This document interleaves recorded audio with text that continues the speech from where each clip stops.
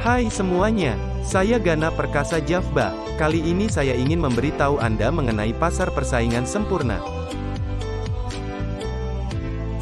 Pasar persaingan sempurna merupakan solusi bagus untuk meningkatkan ekonomi masyarakat sekaligus kesejahteraannya. Karena di dalam sistem pasar semacam ini, penawaran dan permintaan berjalan seimbang serta didasari atas dasar hubungan batin yang kuat antara konsumen dan produsen.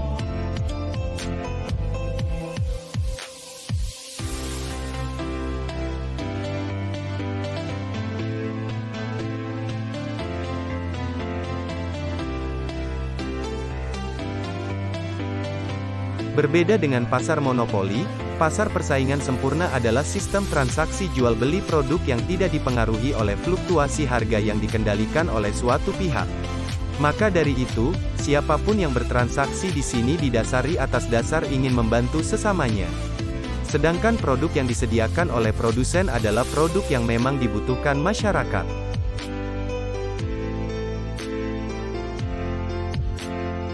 Sekalipun struktur dan metode pasar ini sangat bagus untuk menciptakan iklim perdagangan yang saling menguntungkan, tidak semua orang paham tentang apa arti sebenarnya dari sistem ini. Maka dari itu, berikut ini akan dijelaskan tentang pengertian dan ciri-ciri pasar persaingan sempurna.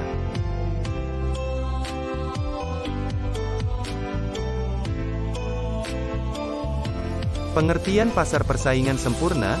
Pasar persaingan sempurna adalah pasar yang di dalamnya terjadi transaksi antara penjual dan pembeli dalam bentuk penawaran dan permintaan produk. Yang membedakan dari pasar biasa ialah di dalam sistem ini, transaksi yang dilakukan tidak dipengaruhi oleh naik turunnya harga.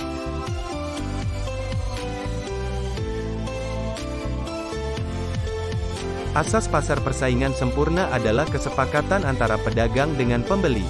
Hal ini muncul karena di antara keduanya sudah terjalin hubungan batin yang erat kalau sama-sama telah mengetahui tentang informasi harga di pasar tersebut. Biasanya, barang yang dijual pada struktur pasar ini adalah bahan pokok seperti beras, gandum, kentang, sagu dan selainnya.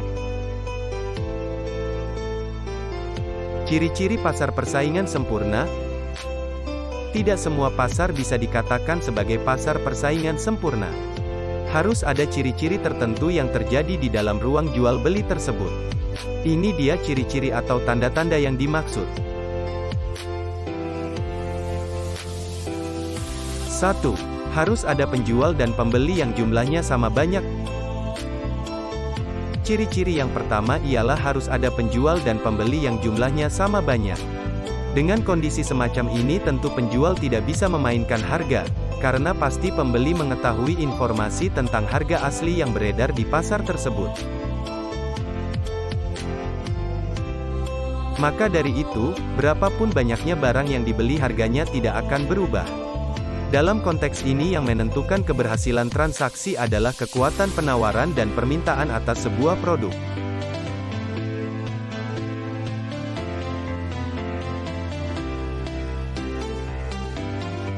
Dua, pedagang bebas menutup atau membuka usaha.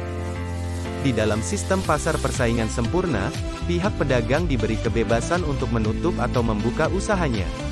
Jika sistem ini dirasa merugikan, maka silakan niaganya dihentikan maupun sebaliknya.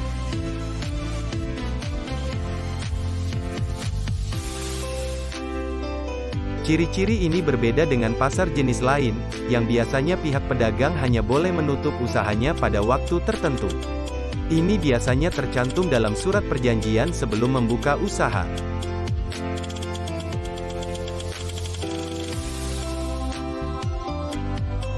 3. Barang yang dijual bersifat homogen. Agar tidak terjadi perbedaan harga dan kualitas barang, maka di struktur pasar ini, produk yang dijual harus setipe atau homogen. Sehingga, sekalipun pembeli membeli pada pedagang lain harga dan kualitasnya tetap sama.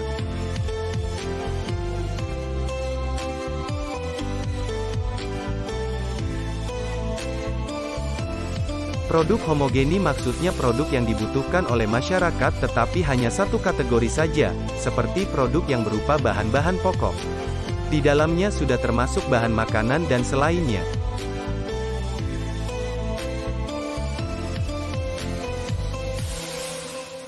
4. Penjual dan pembeli mengetahui informasi harga yang jelas.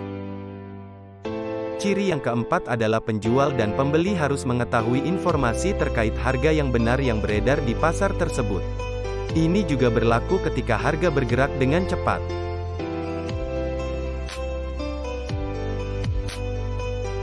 Maksud pemahaman informasi semacam ini ialah untuk mencegah penjual menjual produk dengan harga di bawah harga pasar akibat ketidaktahuannya. Ini juga bermanfaat bagi pembeli agar tidak membeli produk dengan harga lebih tinggi dari harga yang sebenarnya.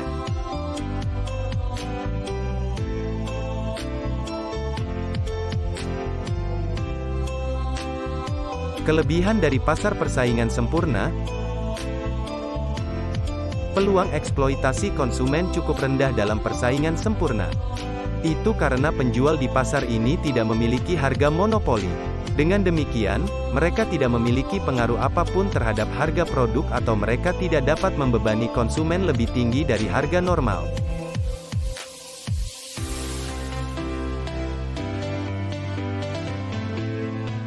Pasar persaingan sempurna dianggap berorientasi pada konsumen. Penjual tidak dapat mengganggu konsumen. Jika iya, pembeli akan berpindah ke penjual lain secara instan. Di struktur pasar ini, sangat sedikit atau tidak ada biaya iklan karena produknya homogen. Produk yang dapat dengan mudah digantikan oleh barang serupa dari pemasok lain, karena secara fundamental memiliki kualitas dan karakteristik fisik yang sama dengan yang lain.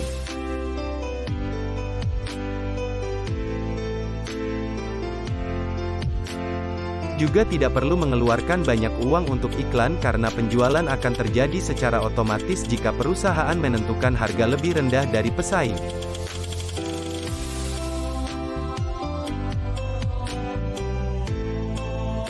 Kekurangan dari pasar persaingan sempurna. Dalam bentuk struktur pasar ini, penjual tidak mendapatkan motivasi apapun untuk menghadirkan inovasi atau menyertakan fitur tambahan dalam produk. Ini karena penjual tidak dapat dikenai biaya tambahan untuk fitur-fitur tambahan tersebut karena pembeli dapat pindah ke penjual lain.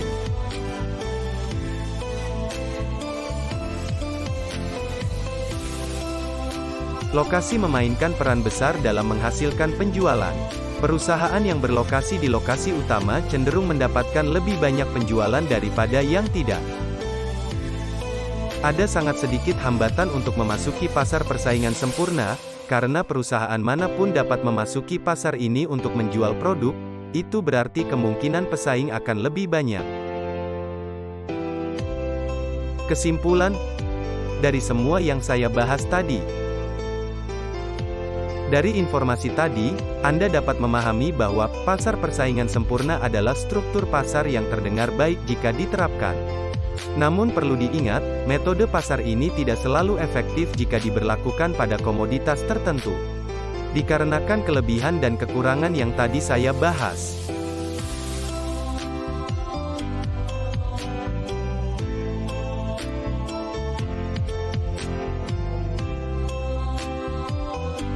Jika Anda mulai tertarik untuk membuat bisnis, mulailah dengan memilih jenis pasar yang tepat. Dan rencanakan strategi serta pembukuan bisnisnya. Hal ini penting untuk memantau perkembangan bisnis Anda secara bertahap.